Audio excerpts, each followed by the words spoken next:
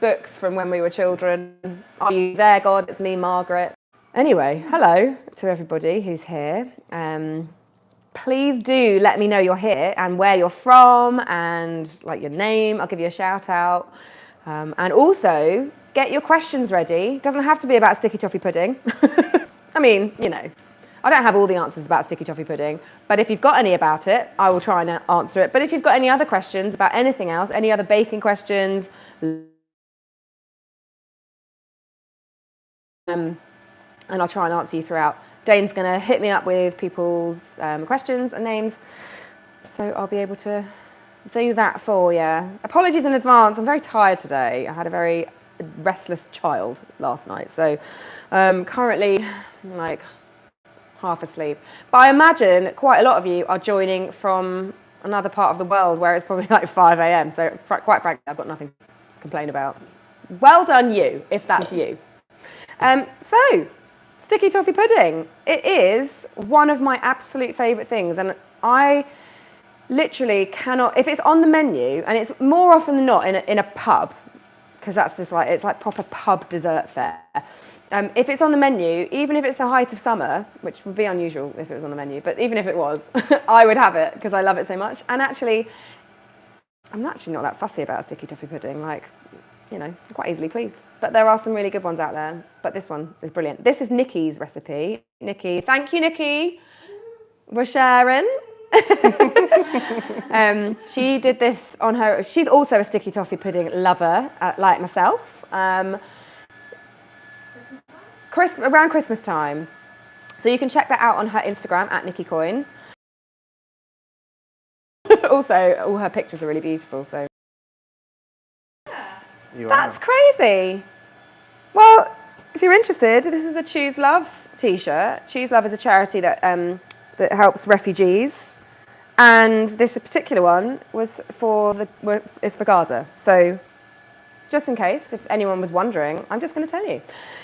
Any hoodles, sticky toffee pudding. What can we say about it? It is, if you've never experienced it before, well, I feel excited for you because I wish I could go back to my first sticky toffee pudding. It's a really like rich, spicy, yummy sponge. And then you would have it with a sauce. That's why it's sticky toffee, because otherwise it wouldn't be sticky if there was no sticky toffee on it. So we're going to make a little sauce to go with it. And the more, the merrier, in my opinion. And serving wise, I like to have it with, when I go to the pub, I always have it with ice cream and so if you've got ice cream in your freezer, this is great news. If you've got some bird's custard in the cupboard, oh my gosh, even better. I love a bit of bird's custard. But anyway, shall we begin? Now the first thing we're going to have to do is prepare our dates because they need to soften a little bit. I'm also going to chop them. So I've just got these dates here, and I'm going to just chop them into little bits. I'm not going to go too fine with them because you do want a little bit of like datey nuggetiness. So please do, because you buy dates ready stuff on it, and I don't know what that is. I could probably look at the ingredients, but I don't know what that is, so I don't want it in my sticky toffee pudding. Does anyone know what it is? Oh, looked like someone over there was going to say something, but no. Turns out Jess has just got an itch. It looked like she was going to say something, but she was just itching something. Yes, so dates. And if you're really lucky and fancy, you could use like medjool dates. They're my favourite dates, I think. But these are just regular ones. Obviously, take the stones out if they're not already out, because nobody wants to bite down on a date stone. Actually, I was saying earlier how these dates remind me of cockroaches, which is probably not something I should talk about in food. But also, dates remind me of Indiana Jones. And that scene, I think the first time as a child I ever saw a date was on Indiana Jones. Was it Raiders of the Lost Ark? Or, you know, when he's like in Egypt or somewhere and there's a monkey and he's feeding him dates and the monkey eats the poison dates and dies. Anyway, that was the first time. There's a lot of... Vicky's giving me a look to say, stop talking about dead monkeys and cockroaches. But anyway, I'm just trying to fill the airtime with chat while I'm chopping these dates, because actually it takes quite a long time to chop dates, because you don't want to do it too quickly. Mishumi is here. Hi, Mishumi. This time I won't miss the beginning. This is the first time we've been on time, so well done. And Danielle was going to bake along, but just walked in the door from work. I'm too tired and didn't prep the ingredients. So I'm going to watch a little while and then go to bed at 7 a.m. here in Ontario. Oh, wow. Oh, well, you know, it's the thought that counts. The intention was there, and sometimes it's okay to just be like, oh, maybe later. Megan said that film was very traumatizing. The film was traumatizing, or Raiders of the Lost Ark, or just that particular bit. I love a bit of... Oh, I mean, actually, oh yes, the bit where his face melts when the Ark of the Covenant opens. I love Raiders of the Lost Ark. I love Indiana Jones. Can anyone do the theme tune? Da da da da da da da. Oh, there we go. Chopping in time. Da, da, da. I'll probably chop my finger off though, because I'm not focused. Wouldn't it be fun if I chopped my finger off during a live bake-along? Yeah, live bake-along. Live bake-along has to be halted because I have no fingers left. Anyway, look, I'm nearly there. Hopefully you are too. Probably a lot of you there who have done this in advance and are just like, come on, Gemma. That's like in Emily in Paris when the man chops his finger off trying to open a champagne bottle. With a sabre? Yeah, and she man. gets it on video. Blood goes everywhere. Oh, I vaguely recall there was a story a few years ago about someone in a club doing that and like getting like seriously injured from a not with a sabre, with the cork popping out. Anyway, danger zone. You remember that? Yeah. I always open my champagne with a tea towel and a screw around. No, I'm not messing with like popping it out. My husband once in a like a team meeting or a celebration at his old work years ago, they had a bottle of Prosecco, and it was like one of those like meeting rooms that they have in like these businesses, and he popped the cork and it went directly into the brand new flat screen LCD TV that was like mounted on the wall, just smashed it. And he hadn't been there long, so that, was that must have been fun for him. Right, at long last, I've chopped my dates, and I don't know if you can see this, but I've got my bowl on a set of scales because, oh, I forgot to put my kettle on. Put your kettle on, kids, because you need boiling water. So what we're going to do is we're going to soften these dates in a bit of bicarb and boiling water. So it's a teaspoon of bicarb. I don't know the science behind this, but I feel like the bicarb helps the dates to soften a little bit. Maybe it kind of like gets a bit fizzy in there. I don't know. I've never known. I just know that this is what you do. So get your kettle on. That's why I've got it on a scale, because I'm going to weigh out my 200 millilitres. It's very loud, this kettle, isn't it? It's very obnoxious. So I'm going to weigh my boiling water. In the meantime, who else have we got going on? Well, Megan has just started your knife is Japanese. Is it Japanese knife? Yeah, it is. It's actually not very good. But it's not because it's Japanese. It's somebody sent it to me for free. Anyway, we just use it now for chopping dates. It's not particularly sharp. I'll tell you who has got sharp knives, and that is Sam, who is my business partner, who sometimes films here. You've probably heard of him or seen him. He is the world's sharpest knife owner. What? The owner of the world's sharpest knife. He's just always sharpening his knives. Like, don't go near them. We're all a bit scared to touch them when we go around to Sam's. It's true. It's so close. So yes, Japanese knife. Occasionally people send me things that are really useful. To be honest, people don't send me much, really. If anyone out there wants to send me anything, go ahead. Dane's the one who gets all the stuff. I do. Dane and Nikki get more stuff than me. They got like earphones, We did. Yeah, Dane it's not gets- very food related though. No, but you just got a load of Easter eggs. But I that is because did. you are the Easter egg reviewer of the century. Yeah. I think that's what they call Trying. you. Is that what you? Right. Okay. I can see movement. We're bubbling. Bubbling. Right. So we're going to have 200 grams, which is 200 milliliters, as well. We'll just pour that all over. I'm just doing it slowly because I don't want to go over. Oop, there we go.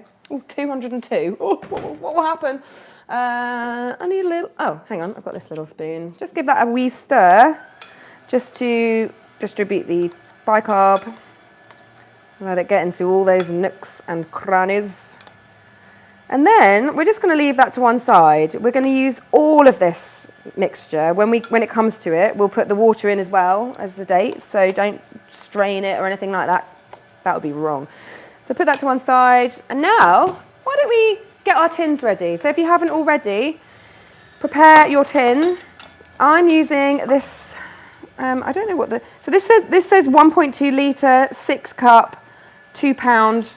I'm saying, what, like 8 inches by 4, 5? What do we think? We're all squinting at it like this. Anyway, this is my head. You can measure it by head, 1 cupcake Gemma head. Yeah. Okay. So grease that. You can use whatever you like, butter, oil, but brush it with either of those, or like me, for convenience, you can use a bit of spray, cake release spray, which is really just handy. And I feel like you use less, although butter lends a really nice flavour, so I do quite like greasing mine with butter from time to time. It depends what I'm making, actually. So I have a rectangular piece here, and I'm going to just pop this in the middle, and just roughly, I'm going to cut to the corners, basically.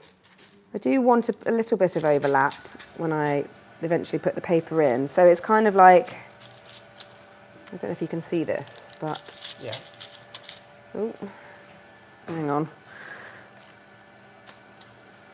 Doing a bit of a shabby job, but you want to, you can do this like either way. You can line the sort of long sides, base and sides with just one piece and then put a couple of pieces at the end, or not at all. Like you could just leave them, but also I feel like this is a good way of doing it as well.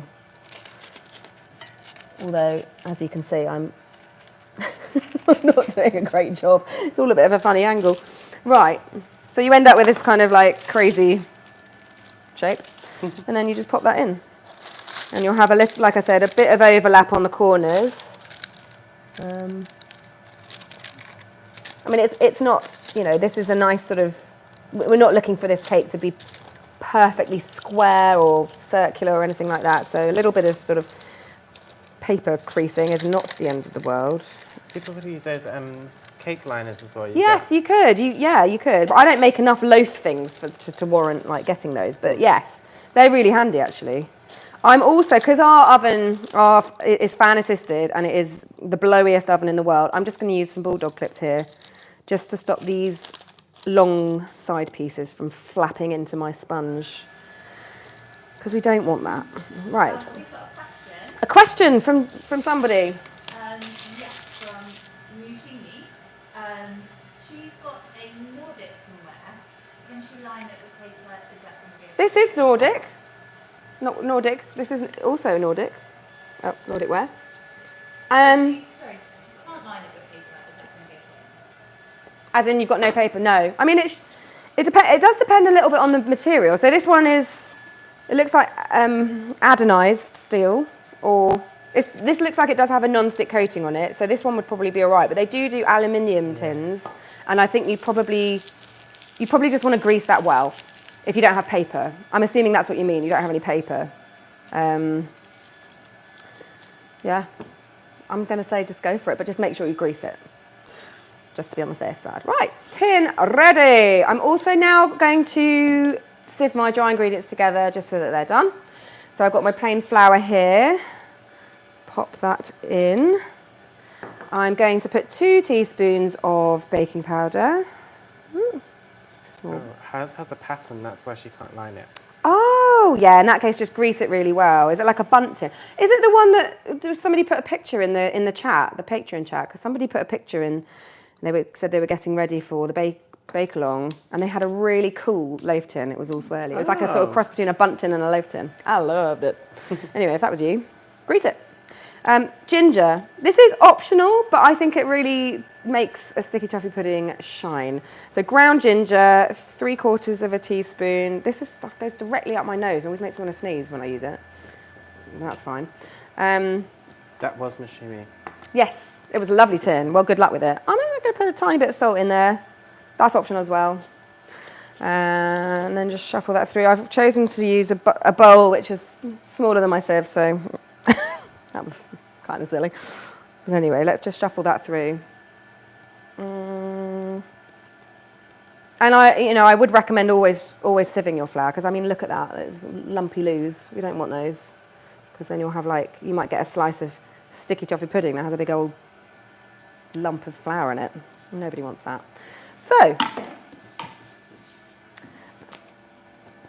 that's ready. What else do we need to do? Oh yes, make the sticky toffee. So I've got a nice big-ish bowl here.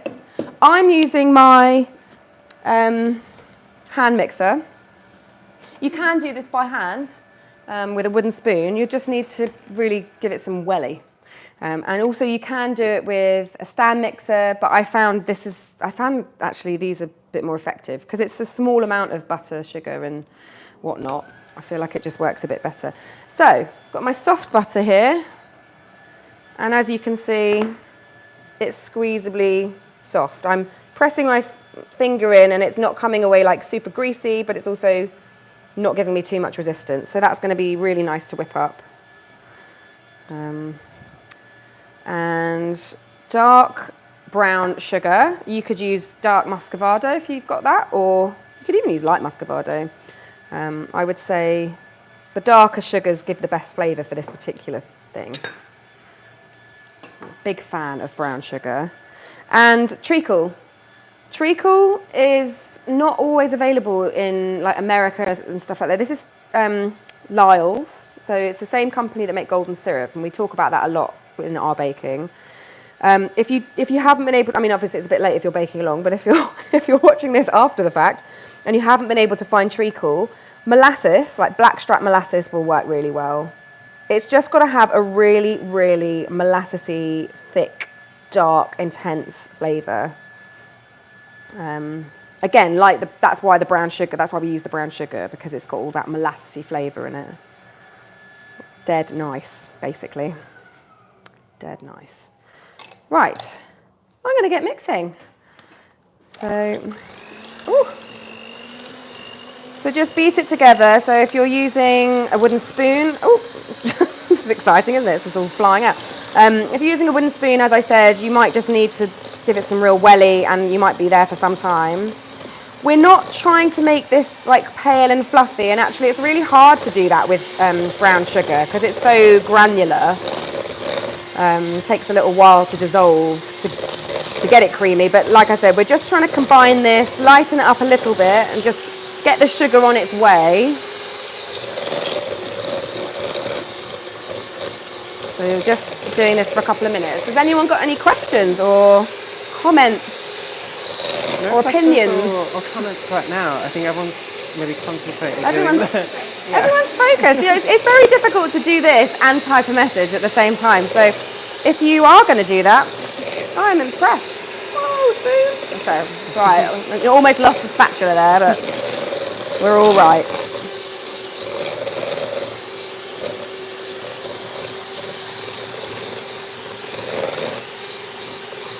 And if you're using a stand mixer, every now and then do give the bowl a scrape down, like the sides and the base, just to make sure all those bits are getting in there.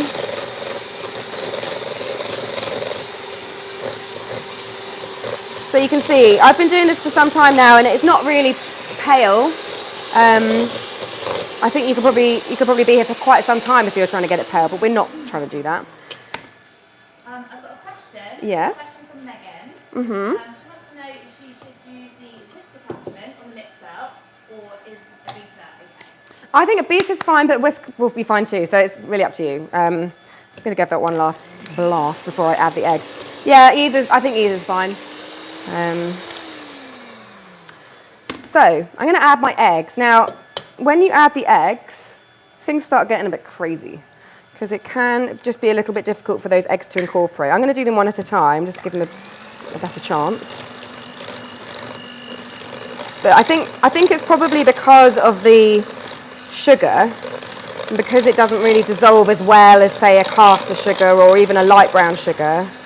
It tends to glob up like this, like look a bit curdled. But don't worry, like when you add all the dry ingredients, it'll all come together. It'll all make sense. Just give that a little scrape. And you can already smell all the like yummy flavours because of that molasses. It's such a distinctive flavour. Right, let's get the other egg in there. And I'm using large eggs, but medium will be fine. I think small will probably be a little bit too small, but you could always, if you've only got small eggs, you could top it up with like maybe half another egg.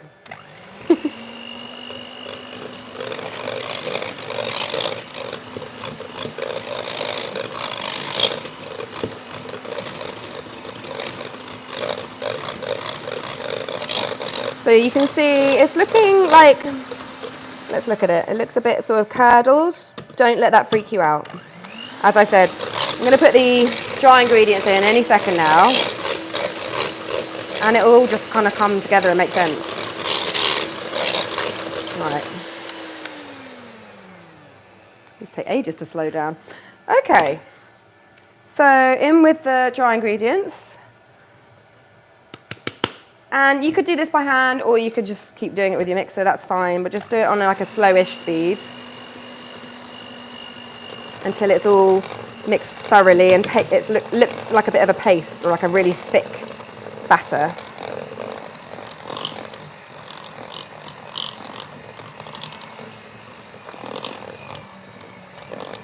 Oh, it's working hard, this guy. I'm going to turn it up a little bit.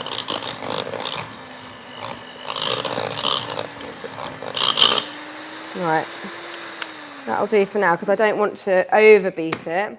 So now we can get back our date goop. And now it's not like hot. It's still a bit warm, but I think that's okay. It'll just start reacting with the baking powder. Get it mixing. And again, you could do this by hand if you wanted to. I'm just going to do this. Maybe just finish it by hand. It was a little bit splashy. Watch out, Dane. Oh, my white t-shirt's really coming a cropper. Right, I'm gonna finish it by hand because otherwise I'm gonna be seriously messy. I mean, I don't know if you can see, but I have made a terrible mess all over the place. Splashed. Might have got you, Dane, in a couple of places. Poles. No, I'm good. So you can see this is the batter. Sort of light, luscious. Obviously, it's not smooth because it has those dates in it, but everywhere around the dates is nice and smooth. And I've got my oven preheated to 170 degrees C. That's fan assisted. If you have a non-fan assisted oven, add 15-ish, 15, 18 degrees. If it's Fahrenheit, what did we say it was? 375? No, 28? Oh, I can't remember. Why don't we know this by now? Off the top of our heads. If you're in America or somewhere where you use Fahrenheit, then Nikki's on the case. Nikki's on it. 340. 340 degrees Fahrenheit. Okay, so go ahead and pour it all in to your loaf pan. You could do this in a regular cake tin. I think you could probably, what do you reckon, like an 8-inch sandwich tin or an 8-inch sort of slightly higher than a sandwich tin? Yeah. Yeah? It's a really nice colour. It's lovely. Lovely. Obviously it's quite liquidy, so you don't need to like get your palette knives in there and spread it out. And in the oven it'll bake really nice and sort of dark and lovely. Right, I've got lots of washing up here. I'm going to hide it down here. So let's put that into the oven. So I am going to start with 35 minutes. it takes between 35 and 40 minutes, and we're going to check it with a skewer.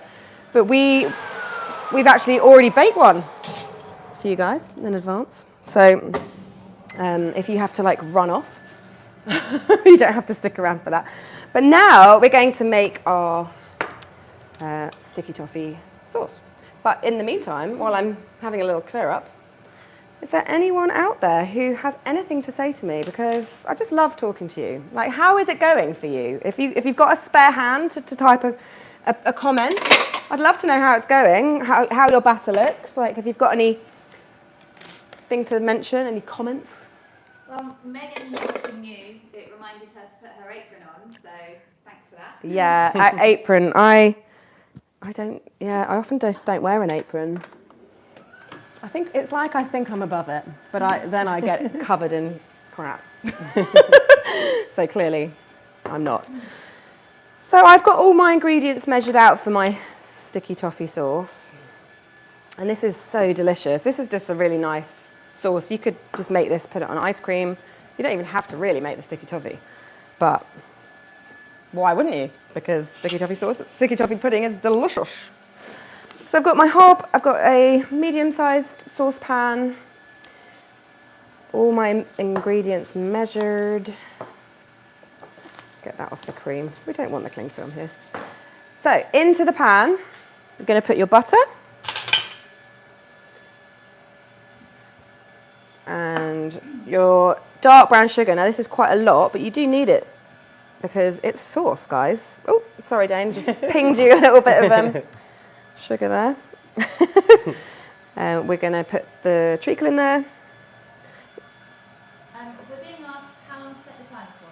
35 minutes, but you're going to need probably anywhere between 35 and 40 minutes. So, as I said, we'll check it with a skewer. In case you didn't hear that, someone was asking how many minutes.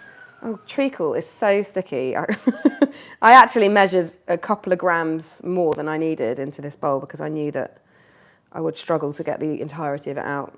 Just allowed for like a 2 gram wastage. Anyway, sticky. So that's in, and also a good pinch of salt.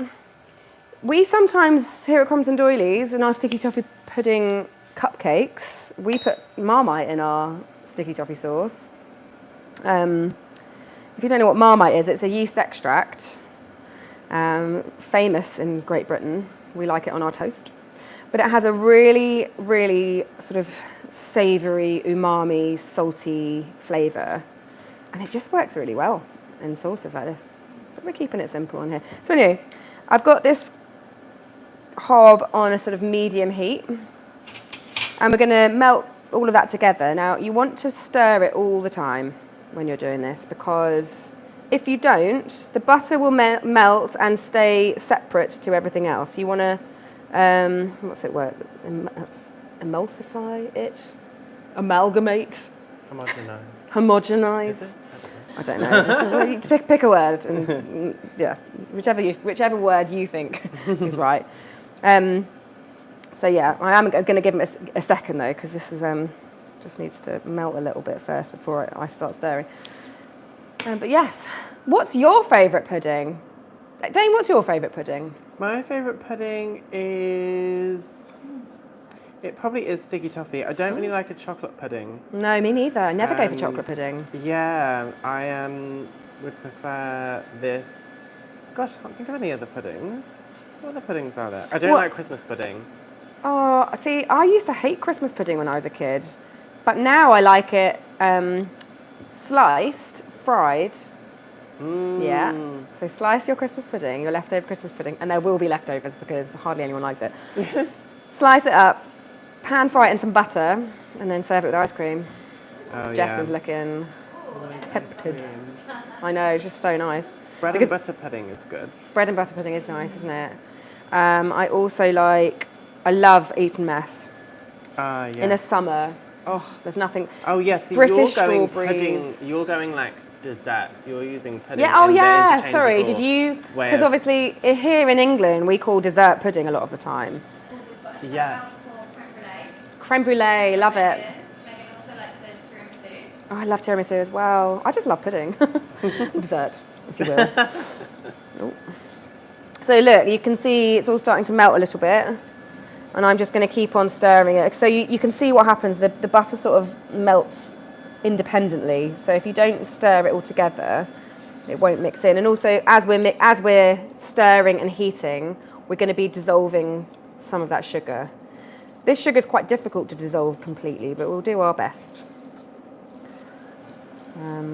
Nikki, what's your? I mean, we know yours is sticky toffee pudding. I was going to call it Nikki toffee pudding then, but which makes sense.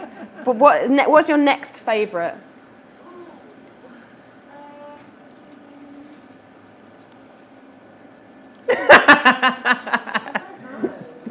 Is there anything better? No. Jess? I mean, sticky toffee pudding is my top as well. We've spoken about this. I do love a lemon meringue pie. Oh. Lemon meringue And pie. a creme brulee. I agree with Megan. There we go. Yeah, and a traditional tiramisu. Yeah. All the puddings. I'm really greedy. I'm not a big fan of lemon meringue things because I always find a lot of places, if you make lemon curd in a metal bowl, it can sometimes get that like Metallic. wet dog thing going on. Do you know what I mean? Like a sort of eggy, metallic-y, eggy flavour. I can't really describe it other than like wet dog. I thought you were going to say metallic. Yeah, but it is kind of like metallic, but I don't really. It's a strange flavour. Eggy. It's eggy, but not like sulphur eggy. It's like, yeah. Sometimes people just don't make it right. What about a lemon posset? No, No? Oh. not a lemon posset kind of gal. What is it? It's like a cream. Posset is like a creamy. It's not a mousse, so it's not airy like a mousse. It's quite a dense cream pudding. Yeah, kind of like a lemon ganache, but without chocolate. I don't really like lemon meringue pie because it's often that baked meringue, but it's like fluffy. Oh, but yeah. I'd prefer it if it was like Italian meringue. I'm going to add my cream in here. So I've turned the heat right down. So you can see it's all homogenized. We've got a question. Well, let me just pop the cream in first because this is crucial. So be careful when you put your cream in because it will bubble up and steam a little bit. So yeah, make sure you're using a heat-proof spoon. And if you wanted to wear safety goggles, I wouldn't mind. Safety first. So all your cream's going in.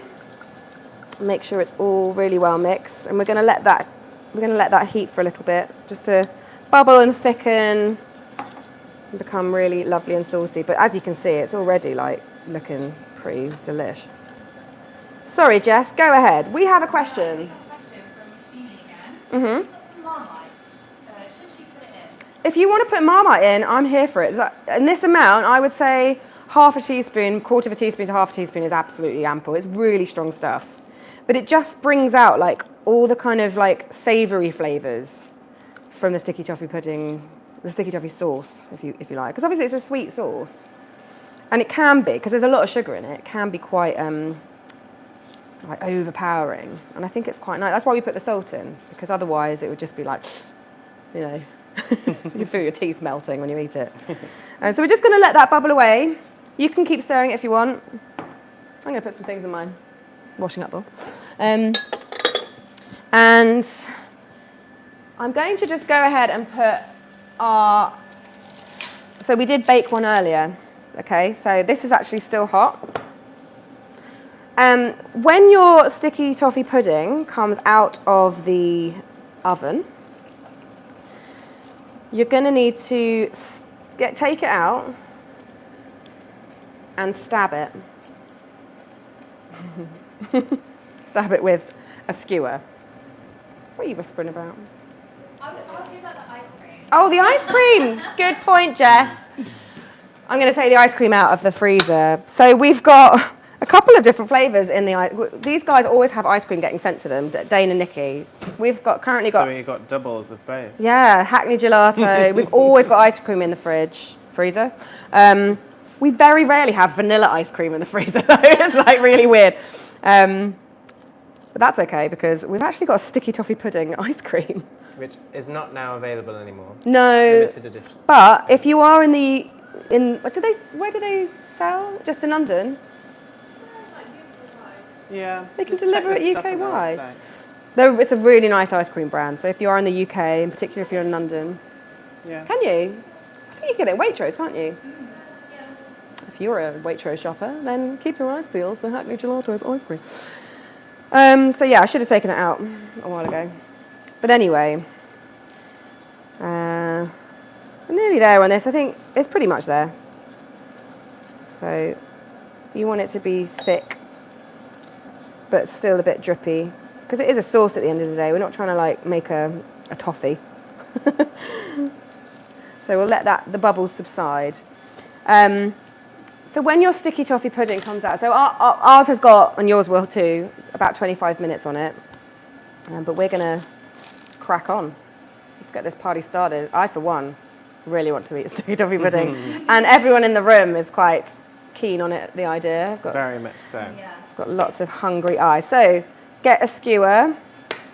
Just like if you were making like a lemon drizzle cake, something like that. Stab, stab, stab. Just make loads of holes. Why are we making the holes? It helps the sauce just kind of sink into the cake a little bit. I mean, it will, over time, it probably would get there, but let's just help it along. Stab. Right. I think we've probably got enough holes now. So we're going to pour about a quarter of this sauce over the top. I mean, I am all for, if you want to double this sauce recipe, I think that's totally fine. All right, that'll probably do. I'm just going to spread it out a little bit, just to make sure it gets to all the bits. So we do that now when it comes out. Well, when it comes out, actually, you want to maybe leave it for like 5 or 10 minutes before you do this part. But yeah, this is already looking like something I need to get my face into immediately. What about you guys? Oh, yes. Please. These guys want it. They want it. Maybe a little bit more. Why not? But obviously you want to keep some back, because for serving, you're going to need to put extra on. So this will, over time, sink in a little bit. Obviously, the hotter the better. So as we've had this out of the oven for about 20 minutes already, so it's not quite hot enough, really. My ice cream is softening. I would always recommend you take ice cream out of the freezer about 10 minutes before you... When I'm at home, and I'm watching something on the telly and I'm like, I need ice cream, which is kind of every night. I will go into the kitchen, take my ice cream out of the freezer and set a timer. I do that. Because otherwise I'll forget, and then I'll go back in like an hour later and be like, oh, the ice cream, and it's like a soup. My husband gets really annoyed because it's like every 5 minutes I'm getting up and like having to pause whatever we're watching. Pause to get the ice cream out, pause to get the ice cream in my bowl. It's really annoying for him. But Worth the process. yeah, also, like, I'm very forgetful, so I need to set timers, otherwise I just forget everything. Soupy ice cream every time. Where did I put my bowl? I didn't get a bowl. Oh. Turns out I don't have a bowl to put this in. That's okay, Nikki's on it. So you can take this whole thing out of the tin if you want. I mean, shall we do that? Yeah, let's do it. Let's slice it. All right. No, I just need some kind of... Pop it on the chopping board. Oh, yeah. It's going to be drippy, but let's roll with it. Whoa. Thanks, Nikki. Right. So it's handy to have your paper, when you line your paper cases. Let's do it like this, because otherwise we're going to make a terrible mess. It's handy to have your paper longer than it needs to be, so that way you can do this magical thing. It looks heavy. It is, but in a good way, And then I'll just slide it off this paper somehow. Actually, I know what I'll do. I'll cut the paper down here, like this, and then it's got less far to travel. Oh, look at this. So delicious. Oh, there we go. Mmm. Look at that. Oh my gosh, it's all like squishy. Oh no, we've got the chopping board that's got 1 foot down. We've got a wobbler. I don't know where it went. It was one of those things I found a while ago, and I was like, "What is this for?" And I put it on the windowsill, and then eventually it just got thrown away. And then I realised, like a week later, what it was. It was this foot for this bloody. Anyway, I'm going to cut the end off and just not discard it because you never discard the end of a cake. But I'm going to have a piece from the middle. But look at that! Oh my gosh, it's so unctuous. Wow. I've already made a terrible mess. That's okay because I'm licking my fingers. I think this is about an appropriate size. What do you think? Oh, yeah. I would always go a bit bigger. Jess goes bigger. Oh, look at it. Look at that. The texture of it. It's very puddingy. Like, it's not... I think it probably was a steamed pudding back in the day, like when it was first invented. But actually, there's so much moisture in it, in the recipe. I don't think you need to steam it. Because it looks and feels like a steamed pudding, doesn't it? Yeah. Right. Ice cream first, then sauce. I got told off for Christmas for doing it the wrong way around. Okay, let's hit the sticky toffee pudding with sticky toffee pudding ice cream. Absolutely insane. Look at that. I think this actually does have like bits of sticky toffee pudding in it, doesn't it? Yeah. And sauce. What a dream.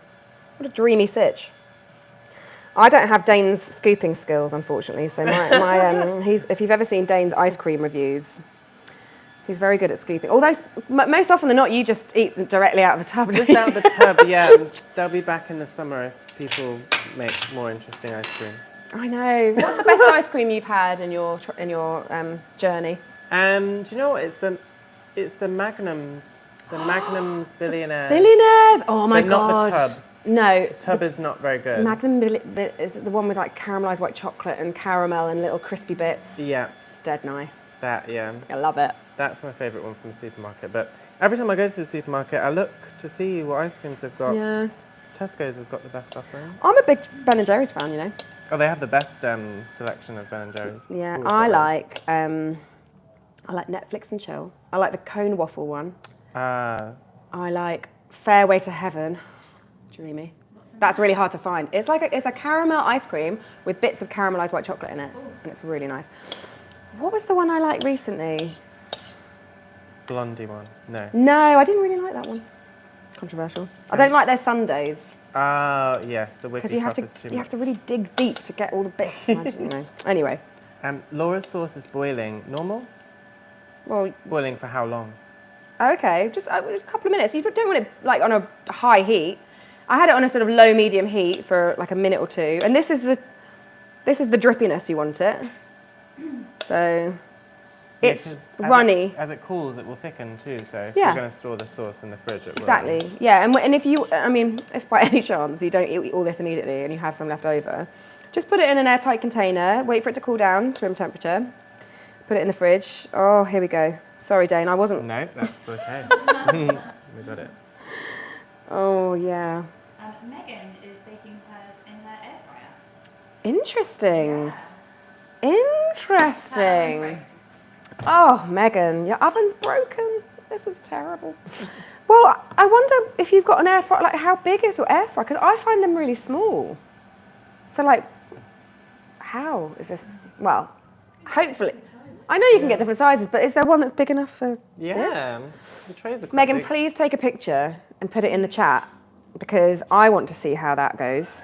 Right, look at this. I'm going to just get a piece of unadulterated sticky toffee first. Oh my god.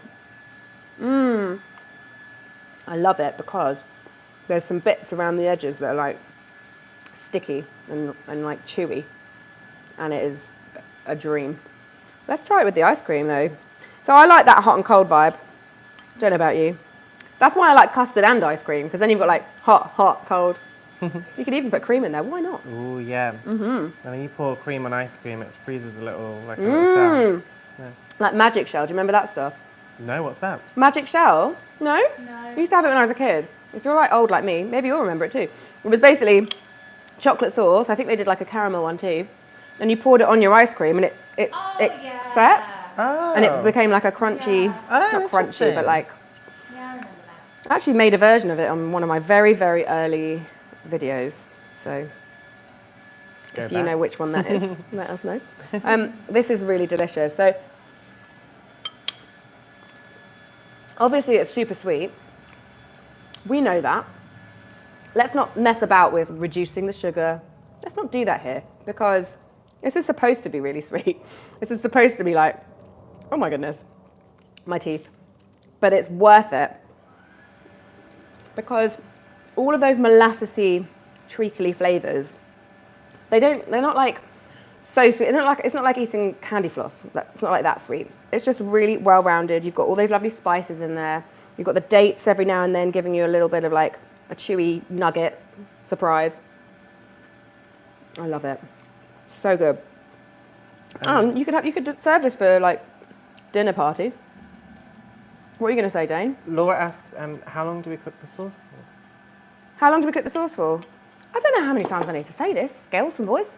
A couple of minutes. After it's boiled, after you put the cream in, just simmer it for a couple of minutes, just until it sort of thickens a little bit. Bob's your uncle. That's it. And then just let the bubbles subside before you pour on anything, otherwise like, you're going to have a molten lava in your mouth. Any other questions? Any other observations? I think that's it. Everyone's just waiting for it to bake. Well, I'm very excited for you. Are you excited for us? Because we've got 2 now. Double the sticky toffee. I'm going to have to take some home. Oh no, what a shame. What a bummer. Actually, we've got some of the bakers downstairs and they're all very excited about today's live, aren't they? Yeah. Fran's got her eye on it. Fran's got her eye on it downstairs. Don't worry, Fran, we got you. Well, I hope you enjoyed this. Please do let us know how you get on.